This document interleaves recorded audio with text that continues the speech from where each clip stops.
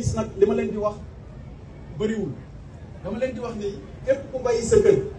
bàyyi fa nga juddoo wala bàyyi fa nga dëkk ñu yóbbu la ci beneen bërëb ci état bi la la fa tax a toog mooy déglu waaye saafara li nga xamante ni mooy soxla askan bi kon na ngeen leen déglu ñoom askan bi suñu amee yitte ci yéen na ngeen ko gaaw a saafara ni nga xamante ni noonu lañ ko bëggee teraanga nag li ci jiitu mooy dalal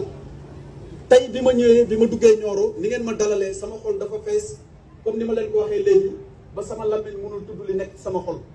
ma leen di sant yéen ñi nga xamante ni yéenay waa police saa yu waa Nioro ñëwee ci police bi fi ngeen nekk ci accueil bi na ngeen yaatal seen kanam na ngeen leen dalal ke képp ku jaaxle na ngeen delloo si xelam ba jàqaram tey. merci Antoine Kane du yow. te lépp loo xamante ni indi nañ ko ci requête na ngeen ko traité avec efficacité ñenn rek la ñu mënul juboo ñenn rek la ñu mënul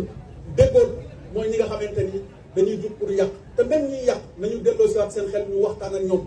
bu ñu delloo si waat seen xel nag loolu moom faaw ñu lijjanti ko waaw loolu moo doon wax ji. Macha Allah, commissariat urbain de Nioro du Rip, direction de la sécurité publique, commissariat urbain de Nioro du Rip, police nationale.